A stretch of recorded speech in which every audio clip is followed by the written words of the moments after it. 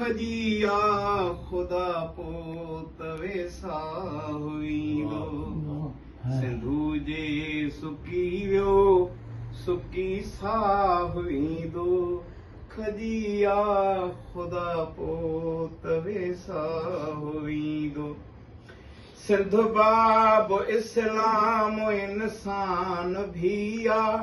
तोरे तो ज़बूर कुरआन भिया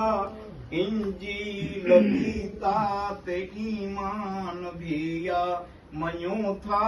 खुदा ॾाढो रहमान भिया जी रहमत खां ख़ाली थी दरियाह वेंदो खजिया खुदा पोत वेसा वेंदो असां सिंध खे जन्नत बराबर था समझूं ऐं मेहरान खे आब कौसर था समझूं इन्हनि जे दुश्मन खे काफ़र था समझूं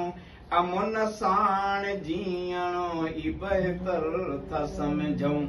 अमुन जो पखियड़ो खाई ट्राह वेंदो खजिया खुदा पोत वेसा वेंदो ही मौसूम हथड़ा जो उभडे खजन था सफ़ा झूर पोढ़ा बि दुआऊं घुरन था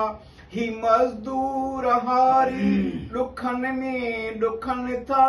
तुंहिंजा दोस्त तोखे घणो यादि कनि था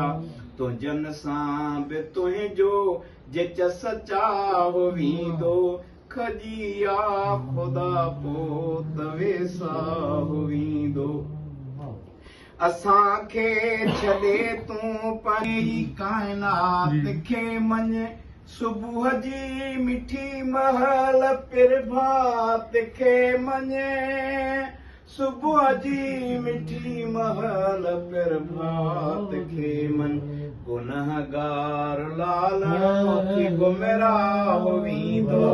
खजिया खुदा तो तां वेसा वेंदो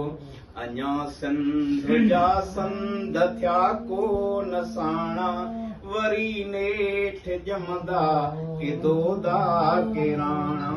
वरी नेठ जमदा के दोदा